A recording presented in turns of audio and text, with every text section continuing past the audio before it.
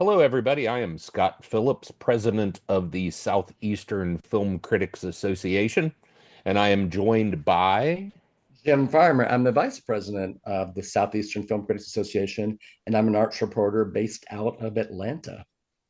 and I write for Forbes.com, also based out of Atlanta, but basically I'm remote, so I'm kind of based out of nowhere. But we thought it would be interesting since the Sundance Film Festival just closed out in Park City, Utah, to get together and kind of discuss our different Sundance experiences. Jim was boots on the ground there at the festival. I was covering it remotely, and maybe give you guys some films to keep on your radar.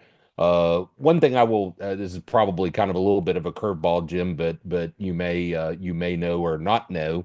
Uh, it's been big in the news that Sundance may be relocating, and it's Yeah. down to a few options. Mhm. Was there scuttlebutt there in person, or like a favorite? Or I know online that it was kind of lots of discussion about Boulder, Colorado potentially being the new venue. Yeah. But I don't know if Boulder just has a lot of online fans, or if you were hearing anything that you would consider to be real on the ground there at Sundance. Yeah. I've done virtual, I guess, the last 2 or 3 years. This is the first time I went in person, and my trip was my trip was very short and sweet. I was basically there for a weekend.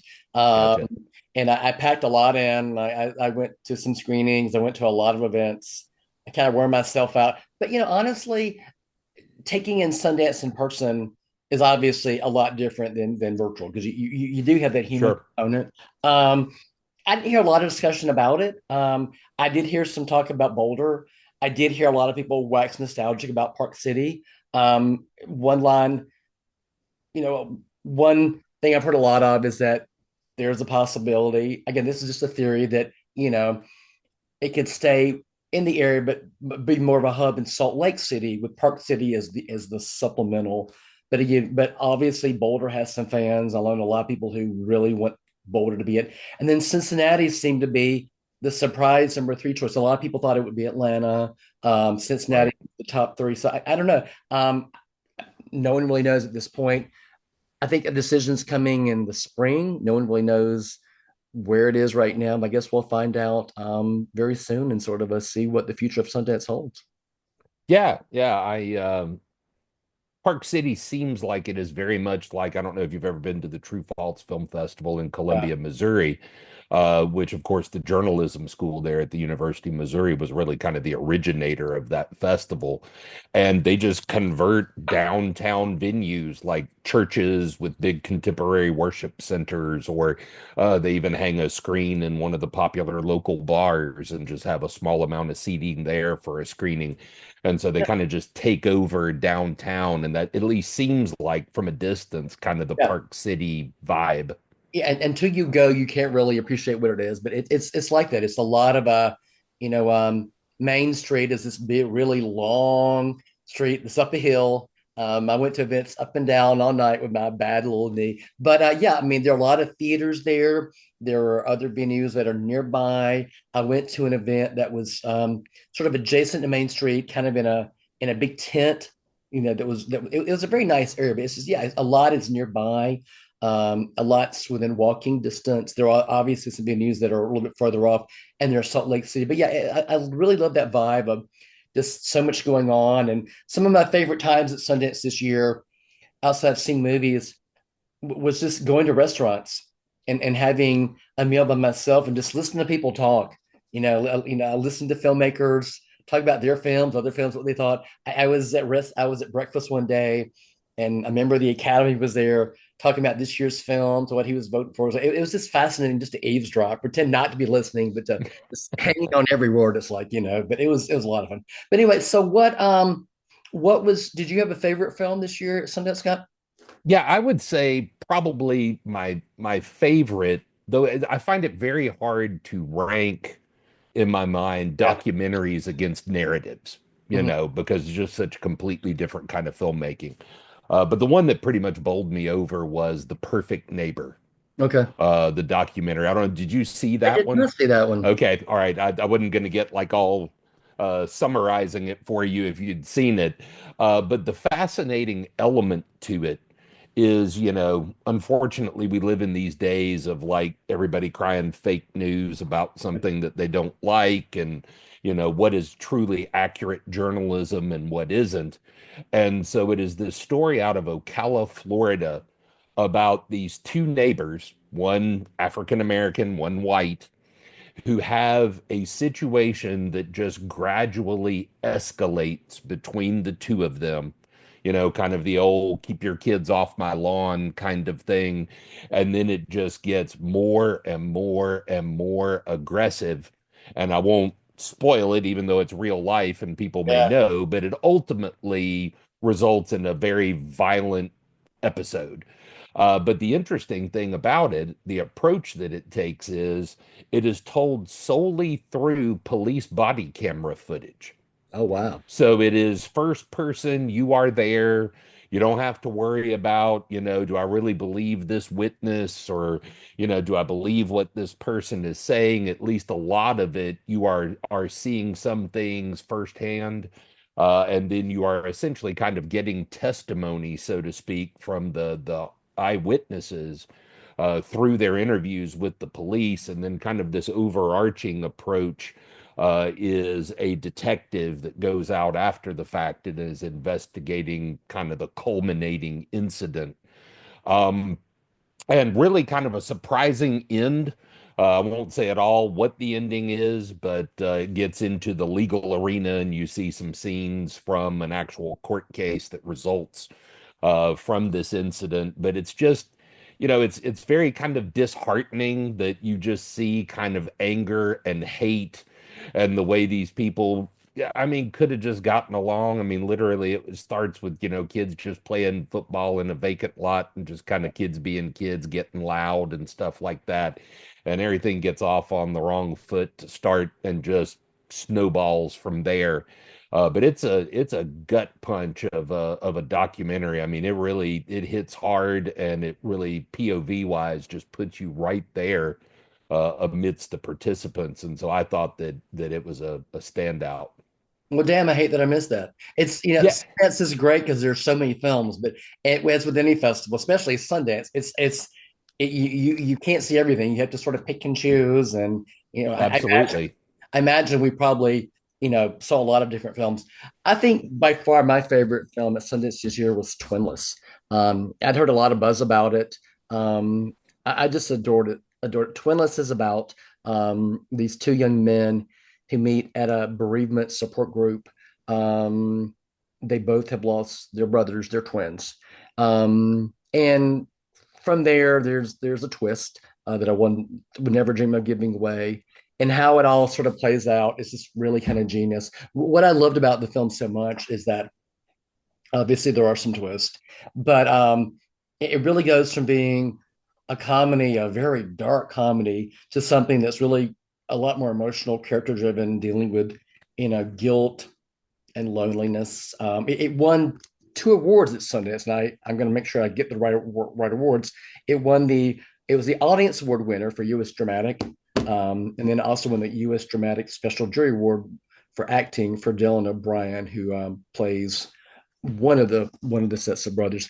It's directed Right. by James Sweeney, and James Sweeney did a film in 2019 called Straight Up, which I saw it and really it's about the relationship between a gay man and a straight woman, and how he's the gay character is convinced it can work, but it's kind of like this very dark and funny. But this is just Twillis just feels like it's just very very confident filmmaking, and everybody I know who watched it loved it. Did you see it? No, I will tell you this. I got punished for doing a good deed, Okay, which was Twinless was available on the press portal. It yeah, was something I really thought my wife would enjoy. She was out of town at the beginning of the access period for press folks, so I held it for her. And Uh, then I guess you saw the story of yeah, it yeah, developed some piracy yeah, concerns and they took it down and they took it down for everybody. They took it down yeah. for the public, for the press, for everybody. So I was like, all right, honey, here's this movie. I think we're going to like it and everything. And then no go the Understood. night that we tried to watch it. So Yeah, I was heartbroken that I didn't get to see it because I had every intention of doing yeah. so. It doesn't have a distributor yet, but I can't imagine what find a distributor. It's definitely a crowd pleaser, and I found people are really going to like. Right. Yeah, it's funny how you can have a movie that you miss at Sundance and then it could be a year, 18 months, 2 years Yeah, later before it pops up yeah, and is readily available. It's funny to think of Steven Soderbergh's presence yeah, just now hitting theaters and it played Sundance last year. exactly, So I hope I don't have to wait a year to see Twinless is my point. exactly. What was another favorite of yours? Yeah, I will. I'm not necessarily going in any kind of rank order. I'm just, commenting on some things that stuck out to me. DJ Ahmet, did you see this? I did not. Well, it makes for a variety during a podcast, so that's good. It is, I mean, you know what I mean when I say kind of a Sundancey film, it is but it's from Macedonia. It's filmed in northern Macedonia, which I had to consult someone. I believe that's technically like Greece. I am the most uneducated American when it comes to foreign geography. It's a stereotype that is sometimes true, and with me it is. But it's a young kid. He's probably 15, 16. His dad is a sheep herder in this very rural village. And his interest is in music, but in the sense of not performing it, but like the title, being a DJ. And so he tricks out this little tractor that he has with a couple of speakers, and he has a cell phone, and so he kind of DJs these little dance get-togethers of the village kids, and they call him DJ Ahmet. Okay, Uh, and it runs into, of course, he becomes smitten with a girl who is, in this culture, kind of promised to someone else. And so when I say it's Sundancey, it's very much a follow your dreams, breaking with tradition that might be somewhat repressive. And then also I find that those movies often have like the generation gap. yep. Like dad expects you to continue the family business of sheep herding and growing crops, and you don't want to have anything to do with that. You want to make your way in the glitzy world of music and being a DJ. And it's just got great heart to it. It of course is in a foreign language, subtitled, what have you. And so I found it very interesting to find a foreign version of what you would consider kind of a Sundance trope kind of movie. But it had such a heart to it and just such good performances out of these young actors that I just really fell for it. One of my favorites this year was a documentary called Come See Me in the Good Light. It's directed by Ryan White, who actually grew up in Georgia. Ryan White is a very acclaimed documentary filmmaker. He did a film that I think 3 or 4 years ago. You remember Goodnight Oppie? Yeah, absolutely, I That do. film. He did a documentary on Pamela Anderson a couple years ago that I remember really like. He did a documentary on Dr. Ruthie. It's very prolific. This is a story about a female couple, one of whom, Andrea Gibson, is a poet laureate. She's a spoken word, you know, activist. She travels around doing performances. It's the story about what happens when she gets a diagnosis of cancer, and Mm, it's very moving. You know, sure. the relationship between Andrea and her girlfriend Megan is just very well done, and it's really documentaries like this can be can be hard to watch, and there are some elements to there that Right. are very tough to watch, but it's very empowering. It's very optimistic. It's really about their belief in each other, optimism, making the most of every day. And I was very moved by it, and it too won an award. It won it won I think it won the audience award for documentary filmmaking, and I'm really really happy because it's coming out later this year. and Ryan White is very prolific. I'm really happy for him because it was one of the another crowd pleaser this year at Sundance. Yeah, it sounds great. I have to admit, I did faulty research, I think, on that one. And I think I thought that was a narrative feature. Yeah, And so I would have been far more interested in it had I realized that it was a documentary because, sometimes the I hate to say this, but kind of the disease-oriented narrative films can just become kind of maudlin. yeah, And so had I known it was a documentary, I very much would have tuned into that one. Um, Keeping it with documentaries, and this one was it's called Third Act, and it's really interesting. I think maybe the most interesting documentaries to me are the ones where you start with a premise and then your film winds up being about something else. And so the filmmaker, his father, and I'm terrible on not doing my research here so that I could actually name his dad. But his dad was a famous uh, Asian American filmmaker. And so you think that this is going to be about um, the director's name is Tadashi Nakamura, and you would think that it's going to be about his father's filmmaking career. And instead, very early in the film, they introduce the fact that he, as a small child, was in a Japanese internment camp post World War II, and or in the final days of World War II, I guess. And how it affected him and the effect that it had on him and the anxiety and depression and the racism and the bigotry and the always feeling less than for literally being pinned up while being an American and told that you are a questionable American. And so it, of course, colored his filmmaking. He made lots of films regarding that subject matter. But it was very interesting that while it touched on his father's career as a filmmaker, it diverges from that and really goes into the internment camp experience and the resulting psychological effect that it had on his dad. And being a smart, experienced documentary filmmaker, he knew just to go with it. And, he wasn't trying to steer it back to being a particular thing. yeah. And so I thought that it's very traditional documentary, talking head interviews with family members, archival footage. And so for people who are looking for really edgy, cutting edge documentary kind of format, it is not that, but Yeah. it's just so rich in the experience of what happened to this person that I thought it was really effective. Um, Another film that I saw and enjoyed was The Wedding Banquet. The Wedding Banquet is sort of a new version of a classic film that Ang Lee made very early in his career. It sort of follows two gay men, another one, in this case, another couple, and how their lives intersects when they have to sort of pretend to be married for a family member.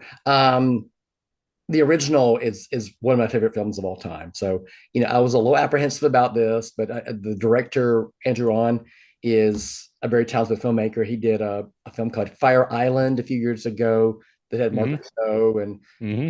Kim Joel Booster, very well received. So I really enjoyed this. I thought the cast was strong. Bowen Yang, Lily Gladstone, one of my favorite actresses, Joan Chen, the actress who I cannot pronounce her name. The actress who won the Oscar for Minori. Hmm. But she, Right, and right. I just Yeah, thought her it was name very. slips my mind too. I thought it was very clever. I love the updates. I think a lot of people are going to like it, and it is one of the films that came to Sundance with a distributor already. It will be distributed by Bleecker Street in April. And hopefully there'll be some other opportunities to see it as some other festivals moving forward. But yeah, I highly recommend that.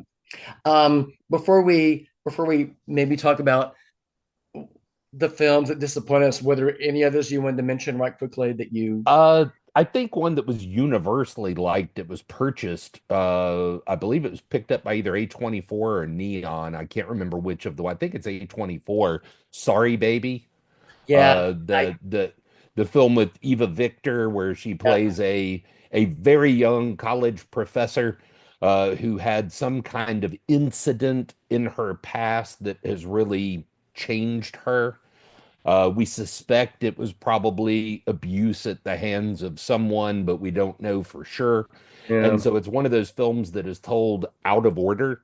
And so when they have these little clever labels, and so it will come up and it will say like the year with the baby, yeah, and it will be the year that her best friend got pregnant. And then it has eventually the year of the incident. And so by the end of the movie, you can piece together, before, during, and after this life-changing experience that she had. But it's really darkly funny, while at the same time treating, any kind of victimization like that very seriously, but without kind of wallowing in it. I mean, her character moves on, moves forward with her life, and it shows coping and kind of taking agency over what happened. yeah. And so it has a lot of really powerful themes to it, while at the same time maintaining some humor to it. And so that I thought that one was very strong. If I'm correct, I think that film was available online, virtual, and I was Yes. yesterday. Was the final day for virtual, so I was like, "Oh my god, I want to see like 14 films." What can I not Right. see? So I Right. had to choose two or three, and that did not make the cut. But I wish I'd have seen. But luckily, A24 has picked it up, so there'll be a chance to see it for those of us who didn't see it. Right. A couple of the films I saw a really good documentary called Sally about Sally Hmm. Ride. I didn't realize there was such an Atlanta component, but I really, really enjoyed that.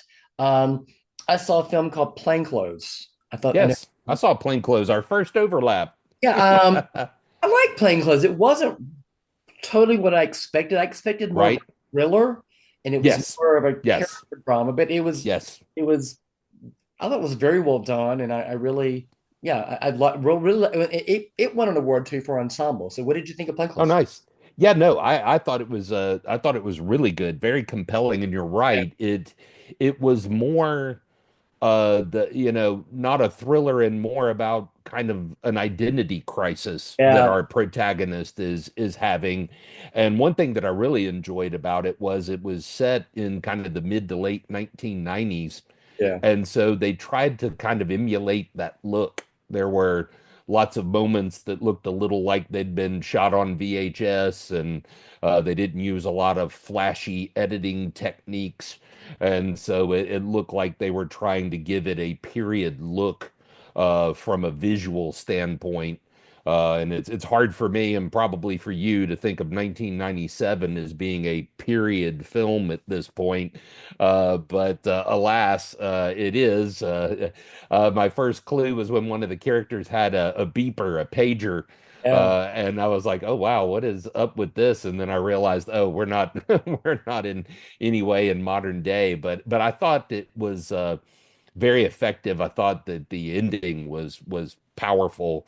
That takes place at a big Yeah, family I get agree. together, and so I went in with completely different expectations like you, but left very pleased that I'd seen it. Yeah.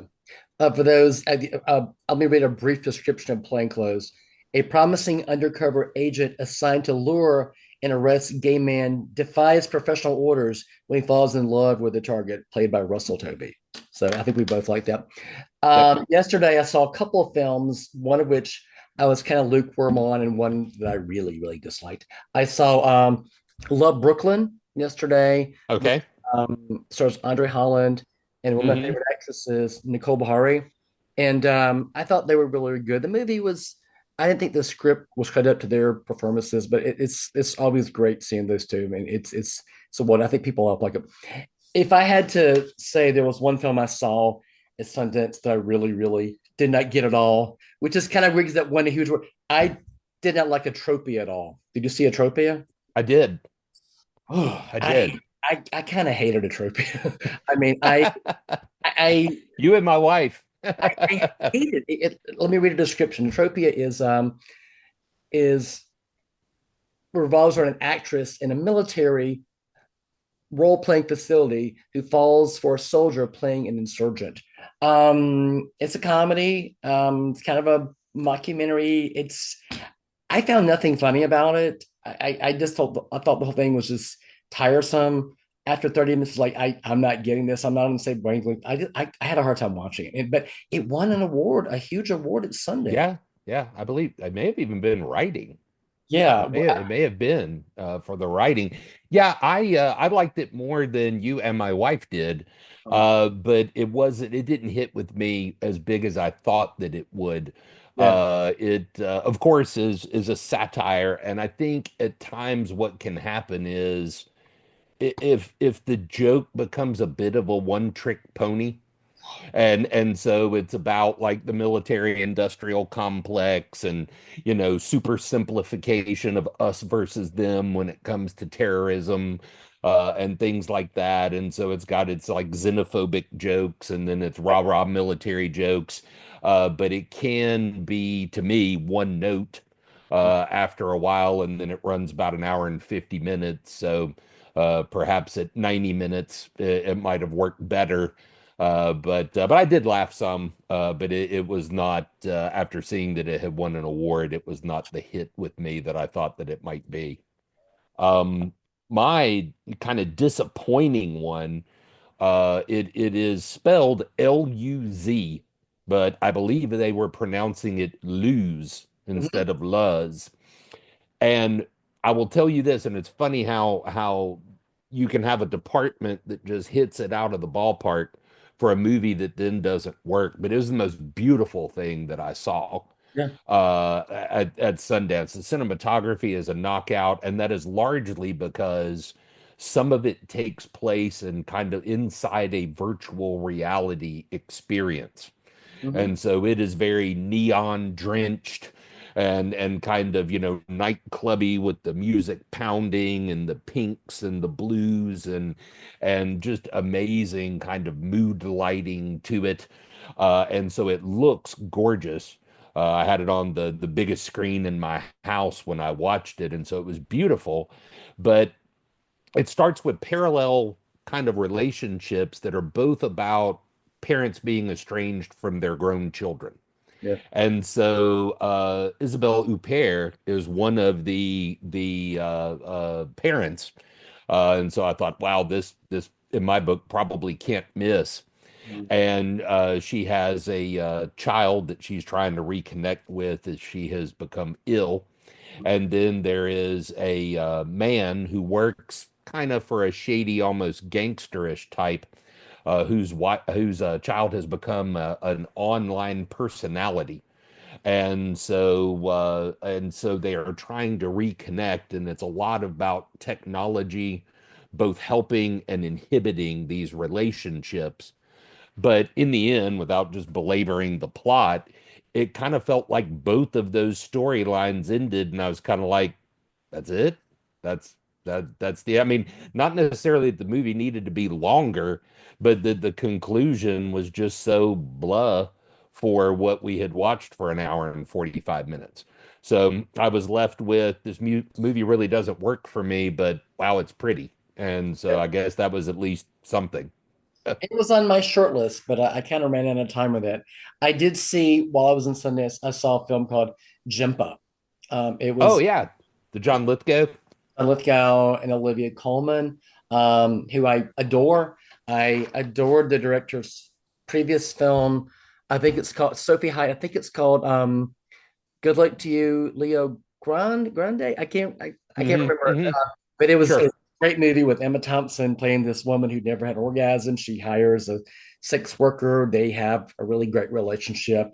Um, I don't know. I wanted more from this movie. The performances were really good. It's about the generations of family. Olivia Colman's father was played by John Lithgow. He's a gay man who came out late in his life.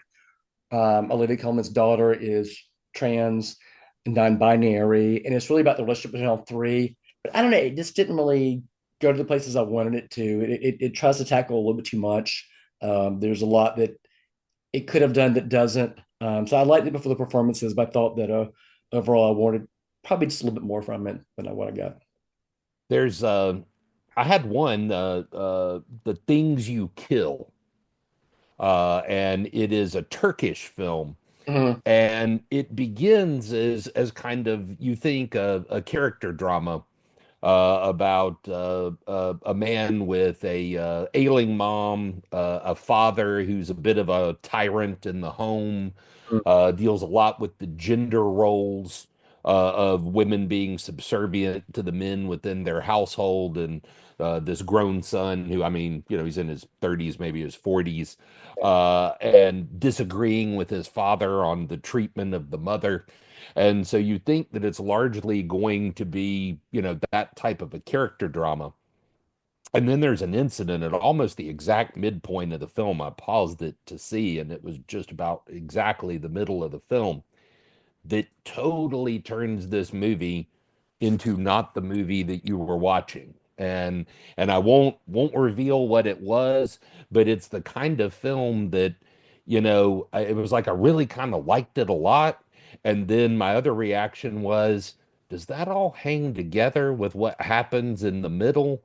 And so maybe it's a high compliment to say that I enjoyed it enough that I'd really like to see it again, knowing that twist and knowing the third act of the film, and Yeah. see how well I think it works. I could give you a couple of comparables, but it would really ruin the movie Yeah. if I compared it to the films that come to mind. And so if you are into kind of out there possibilities for what a film could do, it's definitely one to check out, to maybe kind of push your comfort zone a little bit. Yeah. If I go to Sundance next year, which I hope and plan to, um, I intend to see as many movies as possible. But it's just until you're there, you don't realize how much is going on, like talks and discussions and events. Yeah, Just, yeah, the movies are fun, but then you get dragged away. It's like, so if I go next year, I want to be a little bit more strategic and plan right, further in advance. Instead of just winging things. So there's just so much right. Sundance, and I'll be Well, yeah, it's funny that kind of becomes, and you know this because you're the director and programmer of a sizable film festival yourself. But when I go to festivals, I kind of look at the ones that have this huge pedigree, and I go, I'll be able to find you later. I'll be able exactly. to see you when you hit theaters and everything. Show me the Yeah, stuff that may just disappear. yeah, And so it's interesting that when I write my best films of the year piece for Forbes.com, I always consider, can people find these movies? Because I have a couple of films that have been real favorites of mine over the last couple of years, both of them from Sundance. And to my knowledge, you can't right now see them anywhere. And so last year it was a really great coming of age movie set in the world of Mexican drug cartels called Suho. And I thought it was an absolutely just knockout of a movie. On Letterboxd, where I will include films like that, it's my number two film of 2024, but it was Mexico's submission for Best International Feature. And then there was one in 2023 called When It Melts. mhm. And that would maybe the most powerful thing I saw that year, and yet to my knowledge, not available anywhere.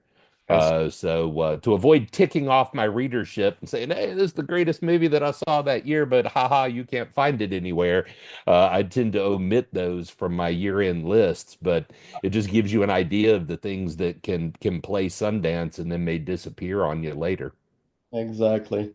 Well, Scott, this has been fun. Yeah, I've enjoyed it. Hopefully, we can compare notes again from Sundance 2024, 2026 when we both Yes. do it next year. Yeah, absolutely. And I think you and I are hoping to solidify some plans and maybe bring in a couple of other members from the Southeastern Film Critics Love that. Association to do a little Oscar prognostication. Yeah. Uh, We're so hoping to uh, do, yeah, we're hoping to do, more of these throughout the year with us, other members, interviews. So this is the second one of these we're done, and hopefully we're going to be doing a bit more as the organization moves forward. Great. Well, I'm enjoying it. Thanks so much, Scott. Talk to you soon. Pleasure as always, Jim. I didn't want to say, are we still recording? Well, okay. Uh, Wait.